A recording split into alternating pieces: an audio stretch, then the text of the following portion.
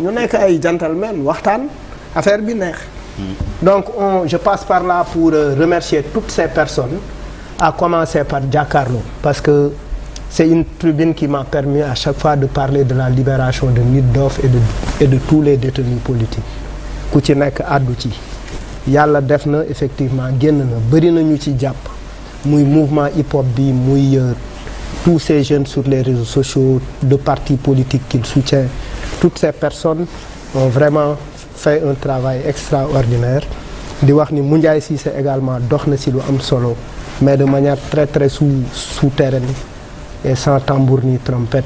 Tous les gars, donc ñu ngi leen di jaajëfal bu baax a baax, tout en espérant que la prochaine ce sera pour Aliou Sané, Karim Xurum Xax et tous ces détenus politiques pour décrisper, parce que loolu am na solo. Beneen affaire bi mooy appel bi ma fi def keroog waa mairie de Dakar jël nañ ko pour vraiment yóbbu booy bi ñu faj ko. Sa famille est partie aujourd'hui récupérer li ko mairie bi jox pour ñu faj ko à l'hôpital Fann.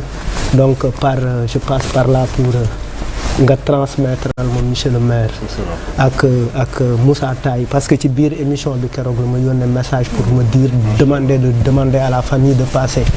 Donc merci à la mairie de Dakar pour ça. Waaw, mais sujet bi moi j'ai l'impression que la loi au Sénégal où le droit est politique, parce que il est interprété politiquement. Parce que son interprétation, c'est comme si son interprétation nit ñi duñ sukkandiku ci li téere bi wax. Moom moo tax li nga wax pour il y a une fuite en avant de nos intellectuels qui connaissent cette question. Il faut qu'ils parlent, parce que bu ñu tollee ci moment yi ñun ñi nga xamante ne xëy na ay lan lañu amuñu xam-xam ci yenn question yi, il est normal que borom xam-xam yi génn. Mais la question qu'il faut se poser, qu'est-ce qui fait que dans ce pays les gens se retiennent, n'osent plus parler? Ça c'est important. Qu'est-ce qui fait que les Sénégalais lu ñu xalaat duñ ko wax?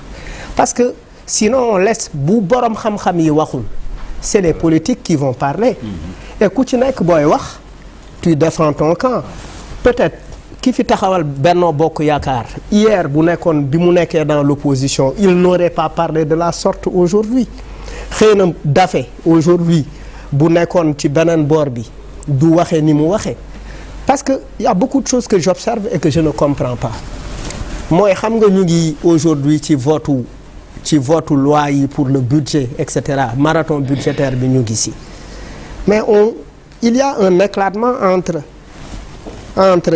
une Yewwi Askan, plutôt un éclatement entre ex-Pastef ak Taxawu.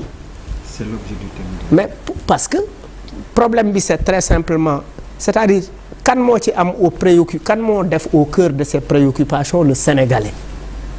Mao Tse-tung ak Deng Xiaoping, quand l'ennemi a attaqué la Chine et pendant ce temps ñu ngi woon ci xeex, ils se sont ligués pour battre l'ennemi.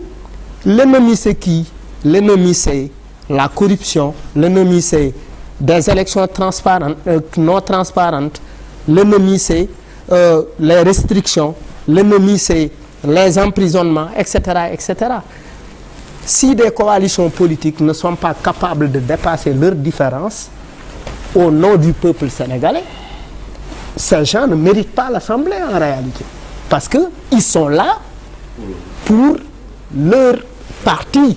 Et on ne doit pas être à l'Assemblée pour le parti, parce qu'on a demandé à l'électeur de voter pour changer sa condition. Pourquoi on met au-dessus le parti? Même on le voit dans l'opposition, on met au-dessus de toute chose le parti, alors que c'est c'est la patrie qu'on doit faire prévaloir. Man loolu laa gëm.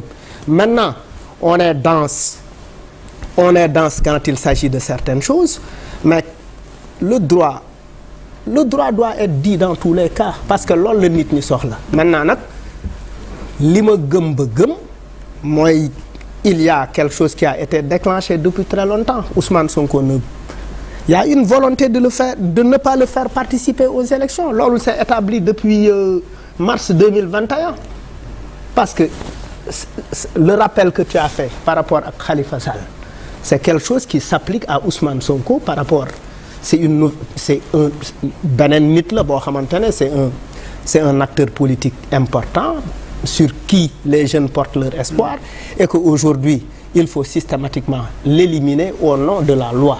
Mais on a quelle loi? C'est-à-dire, ça pose le problème de l'indépendance de la justice. Et on va vers des élections. C'est là où les Sénégalais dañu soxla ay réformes yu fortes et des réformes qui correspondent effectivement au profil yi nga xamante ne li ñu gars yi di wax il faut que les politiques ngeen baal ma arrêtent de s'inscrire en porte-à-faux avec ce qu'ils nous vendent parce que ils nous vendent un rêve